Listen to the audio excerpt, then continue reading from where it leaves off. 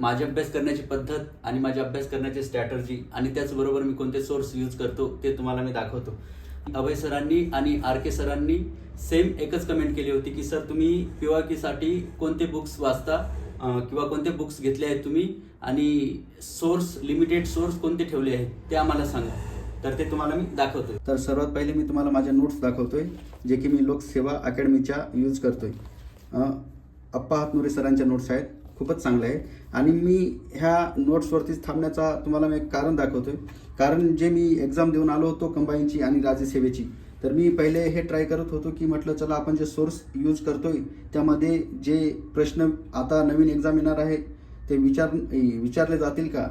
आणि एक्झाम देऊन आलो नंतर लगेचच हे कम्पेअर करायला लागलो की माझे नोट्स युजफुल आहेत का. म्हणजे त्याप्रमाणे जसं मी विचार करून ते नोट्समध्ये अभ्यास करण्याचा प्रयत्न केला आहे त्या पद्धतीने ते योग्य आहे का तर तुम्हाला दाखवतोय. आता कंबाईन 2025ला बिलांचा उठाव कुठं झालं होतं ते आलं होतं. म्हणजे थांबण्याचं कारण तुम्हाला सांगतो की मी ह्याच नोट्स का यूज करतोय. आणि इथं बघू शकता लोकमान्य टिळकांवरती होता तो कंबाईनला 25मध्येच. आणि इथं पण बघू शकता तुम्ही कंबाईनला 2025मध्ये. आणि इथं सुद्धा बघू शकता तुम्ही. म्हणजे हे वरच्यावरती मी फक्त एक ट्राय घेत होतो की म्हटलं बघू आपण आपलं सोर्स बरोबर व्यवस्थित आहे का. तर भारताचं भूगोल पण दाखवून देतोय की याच्यामधून पण किती क्वेश्चन आले होते ते. हे बघा MPSC आय थिंक राज्यसेवेला होता हा क्वेश्चन. म्हणजे माझं थांबण्याचं कारण. आणि इथं बघा म्हणजे इतकं ॲक्युरेट त्यांनी दिलं आहे की म्हणजे खूपच छान माहिती दिली आहे, वाचायला पण सोपं जातं. म्हणून मी ह्या जास्त नोट्स हे यूज करते. आणि आतमध्ये पण खूप प्रश्न आहे अजून, पण दाखवायला गेलो तर खूप टाईम होईल. आणि हे टोटल माझ्याकडे नोट्स 8 आहे. आणि हे झाले नोट्स. आता तुम्हाला मी सांगतो PYQ ॲनालिसिस कसं करतोय ते. तर सगळ्यात पहिले PYQ ॲनालिसिस हे त्यांचंच आहे लोकसेवा पब्लिकेशनचं. त्यांचंच मी कंबाईन म्हणून घेतलं आहे. खूप पोरांना माहिती आहे की कसं आहे ते. आणि हेच घेण्याचं कारण म्हणजे यांनी इतकं छान सांगितलं आहे. पहिलं तुम्ही हे नीट वाचून घ्या ह्याच्यामध्ये वैशिष्ट्य काय काय आहे ते, म्हणजे समजेल मध्ये काय काय दिले आहे ते. म्हणजे त्यांनी असं पोरांना सांगण्याचा प्रयत्न केला आहे की प्रश्न जर तुम्हाला आला नाही तर तुम्ही कोणत्या पद्धतीने कसं लॉजिक लावून त्या प्रश्नापर्यंत जाऊ शकता. आणि स्पष्टीकरणसुद्धा इतकं छान दिलं आहे की तुम्ही बघू शकता. आणि शेवटला आहे त्यांनी जे हे नोट्स आहे ना, नोट्स पूर्ण PYQ आणि स्पष्टीकरण दिल्यानंतर जे शेवटला इम्पॉर्टंट फॅक्ट म्हणून देतात ते पूर्ण notes same at is same याच्यामध्ये त्यांनी दिलं आहे. म्हणजे तुम्ही फक्त हे एवढंच केलं तरी होऊ शकतं, पण मी सजेस्ट नाही करत कारण प्रत्येकाची पद्धत ही वेगवेगळी असते अभ्यास करण्याची. तर मी माझी पद्धत तुम्हाला सांगतोय. आणि हे पूर्ण झाल्यानंतर हे फक्त कंबाईन ग्रुप B आणि C साठीचं आहे, फक्त प्रिलिम्ससाठीचं आहे बरं का हे. आणि तुम्हाला नंतर मी राज्यसेवेचं दाखवतो जे की लॉजिक बुस्टर म्हणून येतं आहे स्टेप अप अकॅडमीचं, हे मी यूज करतोय. आणि याच्यामध्ये सुद्धा सेम ज्यांनी तसं दिलं आहे स्पष्टीकरण, लॉजिक कसं लावावं, विद्यार्थ्यांनी प्रश्न कसा सॉल्व्ह करावा, याच्यामध्ये पण तसंच दिलं आहे. तर तुम्हाला दाखवून देतो. म्हणजे कसं पहिले तुम्ही हे चेक करून घ्या याच्यामध्ये काय काय आहे ते.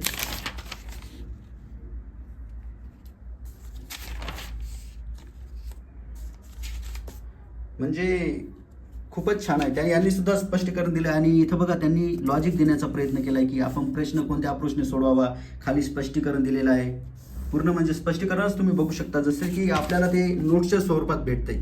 इथे प्रश्न झालं, इथं त्यांचं लॉजिक झालं, खाली स्पष्टीकरण झालं, बघू शकता तुम्ही. आणि हे पण दाखवून देतो. 25ला क्वेश्चन आला होता. म्हणजे इथं मी एवढे हे 3 सोर्स यूज करतो. हे माझ्याकडे 8 आहेत. पहिल्यांदा फर्स्टली मी हे नोट्स रीड करतो, नंतर इथे जातो कंबाईनवरती PYQ सॉल्व करतो आणि स्पष्टीकरण ते पण करतो. आणि नंतर राज्यसेवेचं. आणि खूप विद्यार्थी हे त्यांच्याकडे 21,000 प्रश्न संच सुद्धा असेल ते माझ्याकडे पण आहे. हे तिघं कंप्लीट करून झाल्यानंतर परत 21,000 प्रश्न संच आहे त्याच्यावरती मी जातो. कारण त्याच्यामध्ये मेन्सचे पण क्वेश्चन असतात. मग हे पहिले 3 कंप्लीट केल्यावरती मग मी तर मी एवढेच सोर्स लिमिटेड ठेवले आहेत. आणि हे इथे फक्त 2च नोट्स आहे बरं का, कारण लायब्ररीमध्ये ठेवलेले आहेत बाकी नोट्स. आणि ते समोर पुस्तकं दिसत आहेत त्याच्यावरती लक्ष नका देऊ, कारण की ते वाचलं तरी पण चांगलंच आहे, पण ते खूप वेळ लागेल त्याला. आणि लिमिटेड सोर्स ठेवले म्हणजे 3 महिन्यामध्ये जास्तीत जास्त म्हणजे मला 3 ते 4 वेळा माझं रिवाईज होईल. आणि शेवटचं जे 1 महिना राहील ते मी खास करून टेस्ट देईन. आणि तुम्ही जे विचारलं होतं प्रश्न की तुम्ही टेस्ट कोणती देता, तर मी ज्ञानदीप अकॅडमीची एंडिंगला शेवटला जेव्हा 1 महिना असतो तेव्हा आम्ही त्यांच्या टेस्ट देतो. आणि मी मॅथ्ससाठी सचिन ढवळे सरांचं यूज करतोय, कारण ते एवढे बेसिक शिकवतात की कोणी नवीन पोरगं जरी आलं तरी ते पूर्ण शिकूनच जाईल तिथं, एवढे छान शिकवतात ते.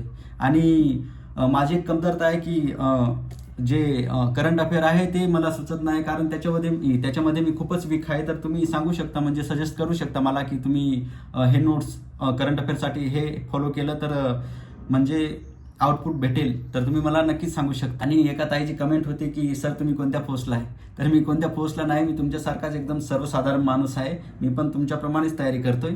आणि मी माझी अभ्यास करण्याची स्ट्रॅटर्जी तुम्हाला शेअर केली. आणि तुम्हाला जर माझ्या अभ्यास करण्याच्या पद्धतीमध्ये काही चूक दिसली असेल तर तुम्ही मला सांगू शकता आणि सजेस्ट करू शकता की सर असं केल्याने तुमचा अभ्यास अजून बदलू शकतं, तर ते मी करायला तयार आहे. म्हणजे कारण 2 वर्ष झालेत, कसं होईल लवकर तेच.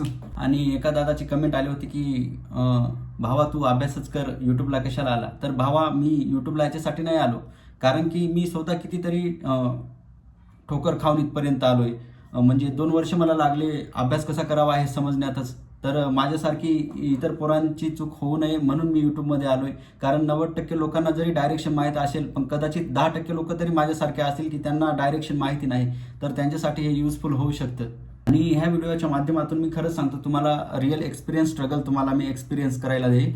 कारण की टॉपर्स लोकांना सगळेच बघता, पूर्ण पब्लिक बघते की हा टॉपर झाला, याने अभ्यास करून झाला. पण आपलं फेलियरचं काय, फेलियर विद्यार्थ्याचं काय, तो एवढं संघर्ष करतो, रोजचं उठतो, अभ्यास करतो, पडतो, धडपडतो, परत त्याची परिस्थिती साथ देत नाही, परत पैशाचे प्रॉब्लेम, परत घरचे टेन्शन, सगळं काही सहन करून सुद्धा ह्या जर्नीमध्ये आहे. आणि त्याच्याकडे कोणीच बघत नाही, दुर्लक्ष करतात. 2-2, 3-3 वर्ष होतात तरी लोक परत विचारतात की भाऊ तुझं अजून सुद्धा सिलेक्शन होत नाही. पण मग त्यांची सिच्युएशन काय आहे तो एक विद्यार्थीच जाणून घेऊ शकतो. तर हे रिअल लाईफ स्ट्रगल तुम्हाला मी ह्या व्हिडिओ चॅनलच्या माध्यमातून दाखवण्याचा प्रयत्न करेल.